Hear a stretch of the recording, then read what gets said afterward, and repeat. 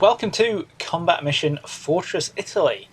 I finally got round to installing this one once Battlefront released its final module, Road to Victory, and this is the first multiplayer game I've played with it. I'm playing as the Brits, and I'm mounting a dawn attack on the Germans commanded by Buckycatt from The Few Good Men. There are two things that make Fortress Italy stand out to me from the Western Front games. Firstly, it covers a larger period of the war, starting in July 1943 with the invasion of Sicily, and carrying on through to the German surrender in 1945. This means that there's an entire year's worth of mid-war formations, equipment and vehicles that you don't get in Combat Mission Battle for Normandy. It's entirely possible, for example, to have American infantry squads armed with bolt-action Springfields instead of semi-auto M1 Garens, facing off against German Panzer Grenadiers terrified of Shermans because neither the Panzerschreck nor the Panzerfaust have been invented yet. Secondly, the terrain is very different from Western Europe. The bocage of Normandy, the dikes of Holland, the forests of the Ardennes and the cities of France and Germany are quite removed from the rugged Apennine Mountains, hillside towns and coastal plains of the Italian peninsula and Sicily. And to boot, because Fortress Italy covers such a comparatively long time period, the look and feel of the maps and available uniforms changes dramatically with the changing seasons. In our case, we're fighting over a ridgeline in May 1945. This ridge is pretty chunky, almost cutting the map in half diagonally, and it's going to do a lot to determine the course of this game. So we're going to take a good look at it and do some terrain analysis stuff. This is a dawn attack, so we'll be kicking off the actual action in darkness, but I'm going to do most of the pre-battle stuff here in daylight, for what should be obvious reasons. What we're looking for when we're analysing the terrain are ways in which the ground is going to shape the battle, and one good way to conceptualise this is to think about how the ground affects a line of sight. What terrain features have we got that break up or form barriers to line of sight? What positions give us or the enemy a good view and a good field of fire? Simply put, a ridge is two steep-ish slopes joined at the high end, and because seeing through the ground itself is somewhat difficult, it forms a barrier to line of sight. Pixeltruppen on one side can't see Pixeltruppen on the other side. It's really that simple. The ridge runs from my setup zone across the map, with the fairly wide crest gently sloping down towards the three objectives. The first of these is the orchards, then we have a cutting in the ridge where a road passes through. This is the second objective, the road junction, and after this the ridge slopes back up to form an almost standalone hill, on top of which is the final objective, the Castelletti Villa. Because all three objectives are either on the crest or actually on my side, it's possible for me to attack them without exposing my forces to enemy troops on the other side of the ridge. Excluding the ridge itself, the highest point of the map is in the top right corner. This is the position where the enemy has the best view of the objectives from his side of the ridge. He can see a little bit of the orchards, but not all of it. The road junction is essentially out of sight completely on the other side of the cutting, and the only part of the Castelletti Villa objective he can see are the faces of the buildings on one side. He can't see into the courtyard, and he can't see the buildings and outbuildings on the far side. There are three things that go hand in hand with this. Firstly, the enemy obviously has a very poor view of the objectives from up here, but anywhere else down in the valley or on his side of the ridge will have a much worse view, because the lower he goes, the more the ridge will block his line of sight. Secondly, this hill is fairly wooded, and actually drawing good line of sight from here is quite difficult because of all the trees. Finally, the enemy might be able to just about barely see the objectives, but my approaches to the objective are completely obscured. So from behind the ridge, it's very difficult to stop the attacker from getting to the objectives. All of this means that defending on this map is very tough. The objectives are so far forward that the defender doesn't have a lot of depth to work with. All of this ground down in the valley is kind of useless to him because forces positioned there can't fight over the objectives, meaning that he has a difficult choice between a concentrated forward defense, exposed and vulnerable to the attacker's superior firepower, or risky counterattacks over the crest in the face of that superior firepower. And we got all that just from looking at that ridge. I've still got to attack it though, and while I can avoid going over the crest, this means that my options for actually getting at the objectives are pretty limited. Of the three, the key objective is the villa itself, because it's a tall and substantial enough structure to dominate the other two.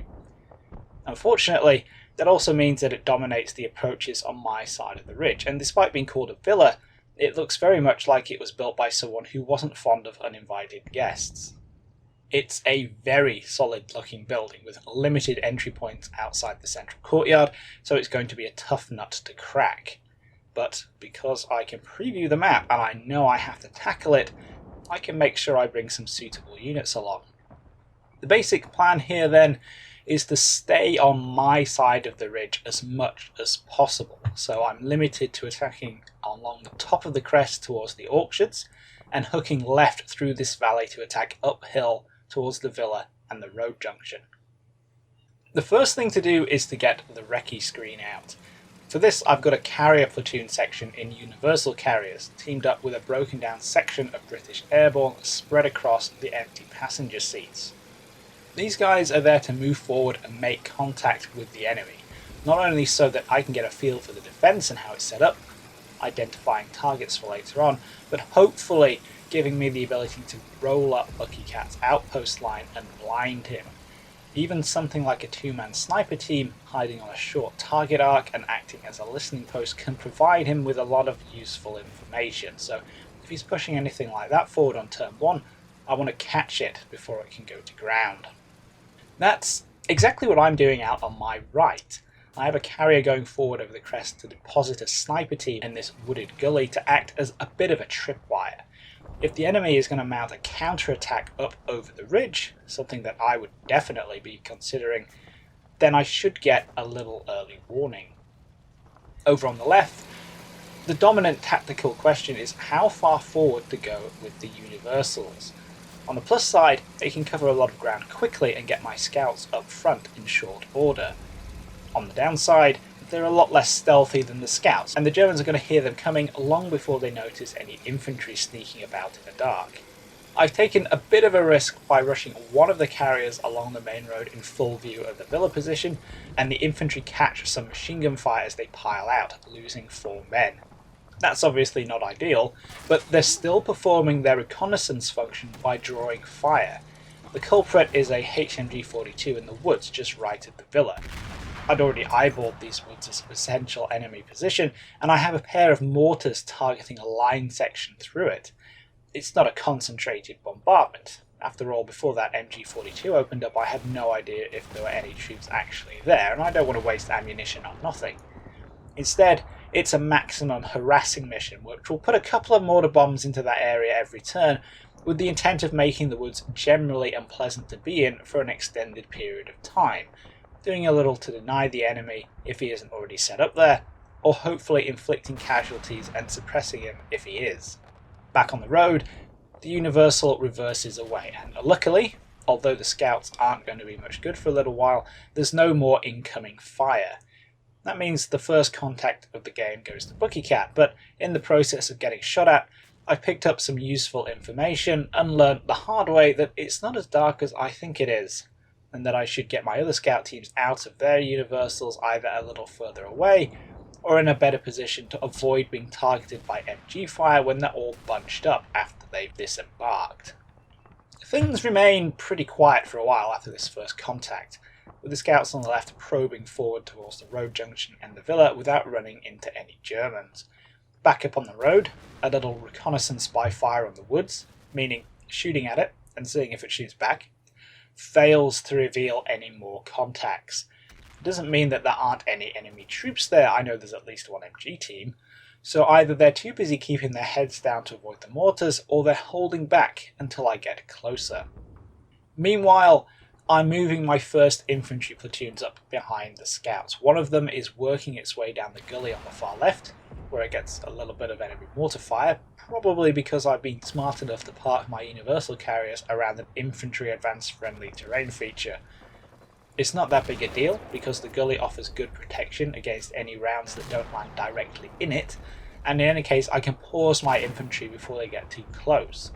My main concern is that I might be telegraphing my intentions by having the carriers hanging around the routes I'm advancing my infantry up. That's pretty dumb. It might be too dark to see, but the Germans may well be able to hear the engine noise, so keeping them away from obvious infantry paths is probably one to remember for the future. I don't have this so much with my platoon up on the crest. Not only is this a more exposed avenue of approach, but the little universals would struggle with all these low boundary walls, so up here my infantry is on its own. That means they have to provide their own recce screen, so each section has a 2-man scout team out in front, with the other 2 teams providing support from further up the slope. I actually have a substantial amount of short-ranged infantry firepower here. I've brought the British Airborne along because I'm betting on the terrain and the darkness producing short-range engagements. Each airborne section consists of 10 pixel truppen. They have a Bren gun, a 2-inch mortar, 2 bolt-action Lee Enfields, one of which is scoped, but all the remaining weapons are Sten guns. That's 7 submachine guns per section and 21 per platoon, not counting the platoon HQ. The Sten is by no means a good weapon, but it gets the job done, and with so many automatic weapons, the British Airborne can put out a horrendous torrent of 9mm rounds. The leftmost scout team of my crest platoon, moving up just to the right of the Bren carrier on the road, reaches the outer wall of the Auctions objective, only to find the German scout team just on the other side. There's a little bit of mutual shock, but the Germans get the first bursts off. Somehow, the Paras survive the point-blank MP40 fire and return the favour, taking out 2 of the enemy pixel truppen before everybody realises how terrified they are and go to ground. The firefight expands on the next turn, with another part of my airborne recce screen contributing some enfilade fire from the flank, and the engaged scout team section HQ pitching in from depth. Meanwhile, I've given the scouts a target briefly order to try and get them to pop some hand grenades over the wall. This doesn't work, but when they pop their heads up, they spot the lone surviving German cowering in front of them and quickly finish him off. This enemy contact was 3 pixel truppen with SMGs, which usually translates into an attached scout team from the Specialist Teams tab. It's a pretty good choice for a forward tripwire unit because it can handle itself in close quarters. I was very lucky here not to take any casualties, and if discovered, it's not part of any formation, so it's not giving me any clues as to what kind of force I'm up against. What is interesting though is that there doesn't appear to be anything backing up the tripwire team. Firefights at night tend to escalate very quickly, with spots multiplying rapidly as everyone targets each other's muzzle flashes, but after the German scouts go down, things go back to being very quiet. Either Buckycatt has really got a grip on his pixel truppen's fire discipline and is holding back until he can do the most damage, or he's waiting for me on the reverse slope. Of those 2 possibilities, I'm leaning towards the reverse slope option. It's not only the option more likely to keep the defenders' casualties down, but a little earlier the sniper team I dropped off on the other side of the ridge got bumped and lost a man in the woods.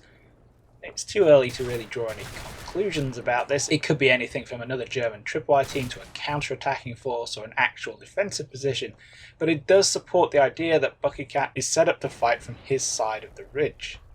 This would also explain why things are so quiet on the left, downslope from the villa. There's not even a reaction when I unleash my secret weapon on the MG position in the woods. The secret weapon is one of the British and Commonwealth vehicles added in the Roam to Victory module, and I'm really looking forward to it showing up in the final Blitzkrieg. It's a variant of the humble universal carrier called the Wasp, or in this case the Carrier Wasp Mark II-C. It might not sound like secret weapon material, after all it's only a piddling little Bren carrier, but it's got a flamethrower. In fact, it's got a very good flamethrower with loads of fuel and a pretty impressive 80-meter range. That kind of incendiary potential in a pretty cheap, fast, small arms-proof package is exciting enough on its own. It's the perfect unit for dashing forward and incinerating stubborn enemy positions once they're suppressed. What's particularly useful about the Wasp in this kind of situation are the actual flame mechanics. Flamethrowers, somewhat counterintuitively, don't actually throw flames, they throw a burning liquid or gel. This is obviously neither aerodynamic nor very fast, so it has a pretty substantial ballistic arc. That might sound like a disadvantage, but in terrain like this, area firing the top edge of a slope means that there's a pretty good chance some flames will overshoot the crest and fall on the far side, making the flamethrower capable of some limited indirect fire. This has its disadvantages, mostly that it's pretty wasteful of fuel and it's difficult to tell if you're actually hitting anything, but it's certainly not something the enemy is likely to expect. The first experiment here is on the MG42 in the woods, the first contact, and although it's hard to quantify the effects of splurging flamethrower fuel all over the place, the screams indicate that someone in that general area is having a bad day. My main concern with the Wasps, they're an option for the late war scout carrier platoon, so I have 3, is that using a flamethrower at night is not exactly inconspicuous.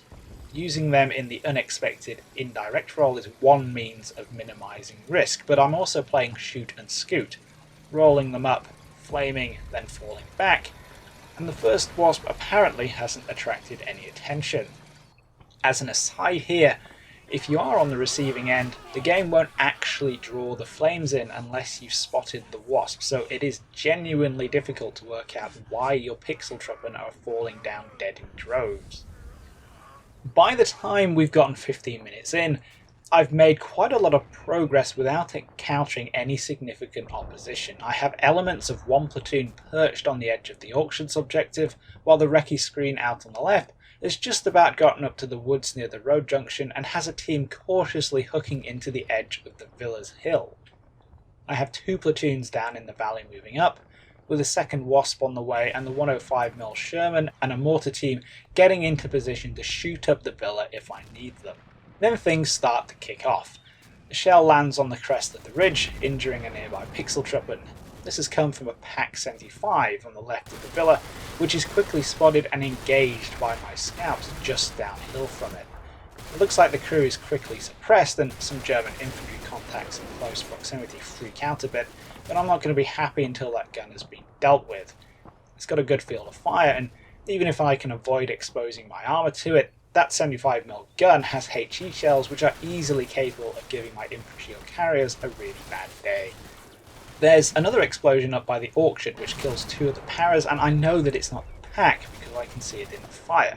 Within a few turns the culprit is revealed to be a German medium mortar poking out from behind the villa, and more spots quickly present themselves. It looks as though there are enemy pixel truppen in the road cutting, and some moving forwards around the end of the ridge by the auction, to where they'll be able to put flanking fire into any attack I mount into the villa or the villa woods.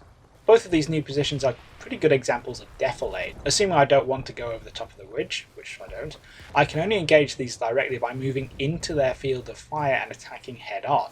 That could be problematic, but not nearly as problematic as the rampant trigger happiness of my scouts on the far left.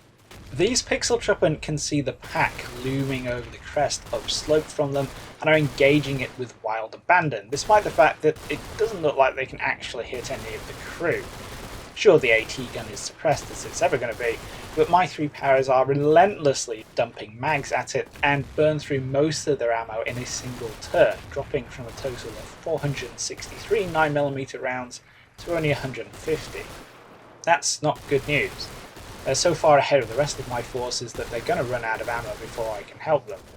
Luckily, I had one of the Wasps shifting over there anyway. The Pak is a priority target.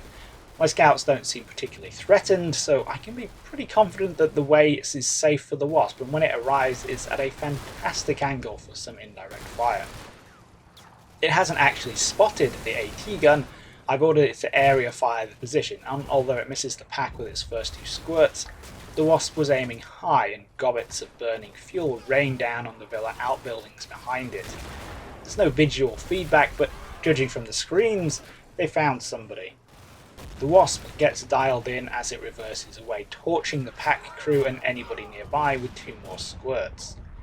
The German pixel truppen in the cutting get the same treatment from my second Wasp, with plenty of screams following up the burning fuel, and although the enemy mortar behind the villa manages to survive some direct counterfire, it seems the scene is set for attacking the villa.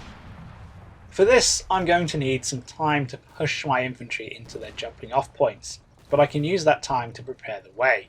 I'm planning to storm the villa through its gardens to make the assault as uncomplicated as possible, and to secure the route in I need to clear off the flanks. That means lifting the mortar barrage on the villa woods and sending scouts in to check the enemy H&G teams in there are sufficiently charred. They are. And driving the enemy pixel truppen off that flanking position between the orchard and the road cutting with more flames.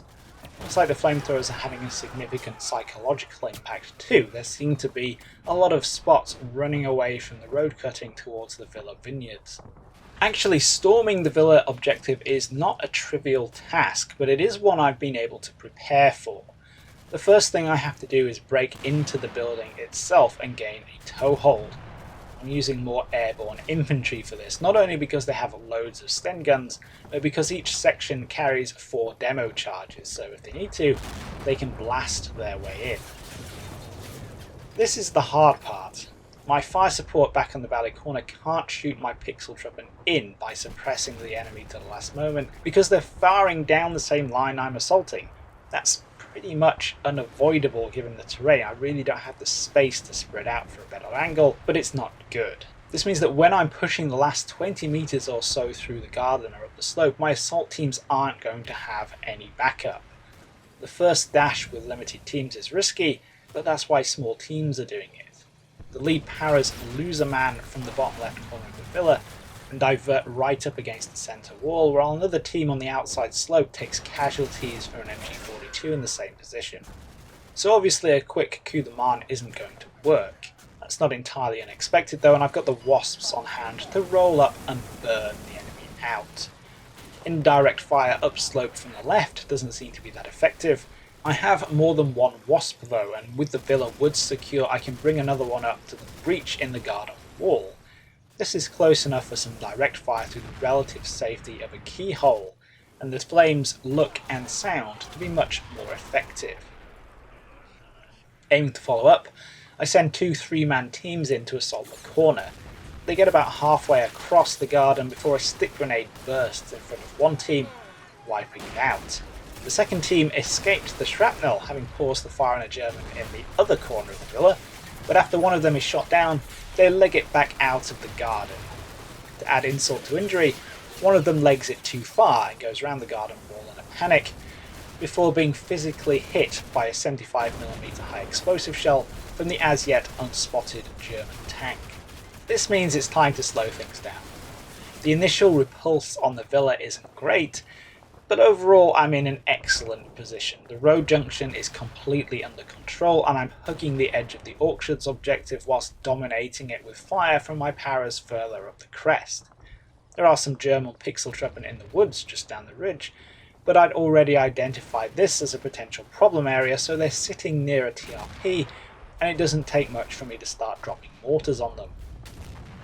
With the villa being the only remaining objective, what I need to do now is maintain pressure on it, and I'm now able to bring my superior firepower to bear. Not only can I hammer the front of the villa with the Shermans and hose it down with the flamethrowers, but I can use the TRP in the courtyard, call in mortars and 25-pounders to mash any enemy troops trying to escape or reinforce. On the flip side, my forces are almost universally down on the reverse slope on my side of the ridge, where they're very difficult for the defenders to reach. Occasional mortar stonks come in, but my troops are spread out enough to mitigate their effects, and German pixel truppen working with their flanks, whether up on the orchard shoulder or moving through the vineyards on the far left, get a few hits in here and there, but they have a hard time making any real impression. About 10 minutes after switching over to the grind, a single, and entirely expendable, airborne pixel truppen blasts his way into the left-hand corner of the villa, and, after stumbling over the still smouldering enemy fire team he finds in there, discovers that no one is trying to stop him. He immediately goes to the courtyard window and unloads his Sten at some Germans in the courtyard before getting shot in the face, but he's served his purpose. Not wanting to miss out on this opportunity, follow-up teams immediately storm in, securing the 2 close corners of the villa and mopping up the Germans in the courtyard. At the same time, I make a supporting move on the outbuildings, supported by a Wasp and 2 Shermans, one of which is the 105. Pushing up here will make life easier in the objective itself, and because the bulk of the villa shields this area from the German side of the ridge, is also relatively safe. I say relatively. The enemy tank is a Panzer IV, which up until recently was in the villa courtyard. After my airborne have broken in, but before I can get a Piat up to take it out, the Panzer reverses away and it pops up in the gap between the outbuildings and the villa on the next turn. Aiming at the Sherman 105, it misses its first shot but nails the cupola before I can reverse it away, with a secondary explosion quickly taking out the survivors. It's a fantastic hit. Though the range is close, the Sherman was a tiny, almost but not quite, turret-down target. Unfortunately for the defenders, this is really too little too late. By the end of that turn, I've cleared the outbuildings, and by the next turn I have a Piat team up in the back corner of the villa, where they just miss out on hitting the Panzer IV as it crawls away down the slope into the vineyards. The 105 Sherman might be gone, but I'm in the final stages of securing the villa objective, mopping up an enemy HQ team at the back and gunning down a few pixel trap and trying to get inside, so I'm not going to miss it very much. With the 3 objectives secure, I'm actually more worried about my right flank. The lone survivor from the sniper team I dropped off there at the start was unceremoniously snuffed out a few turns ago, and my screen on the crest is coming under fire from German troops counterattacking uphill. This is why I have a screen up there.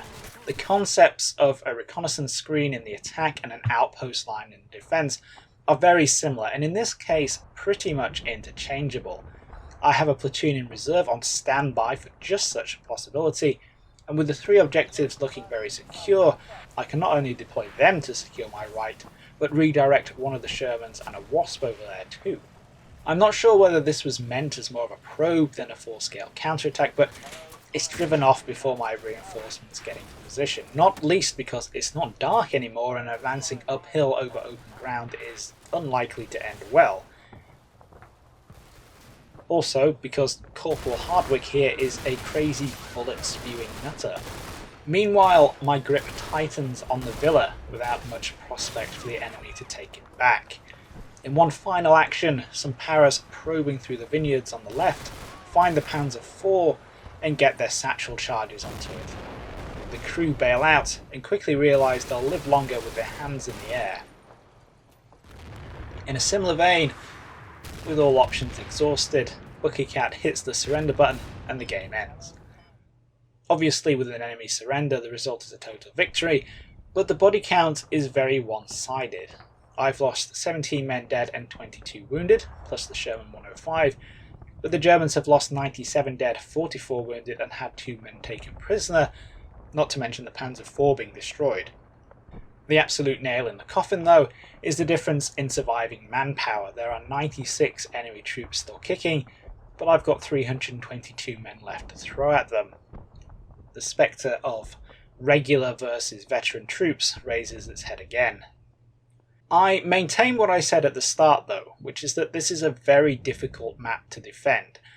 Not just in a dawn attack against someone who hides on his side of the ridge and sets everything on fire, it's the placement of the objectives on top of the ridge that makes it tough, and I'm not sure how I would defend it. That said, it's a good example of a terrain analysis driven command push kind of attack, and I got to take out the Wasp, which is my new favourite unit by a significant margin. Hope you all enjoyed this one, guys, and I'll catch you in the next video.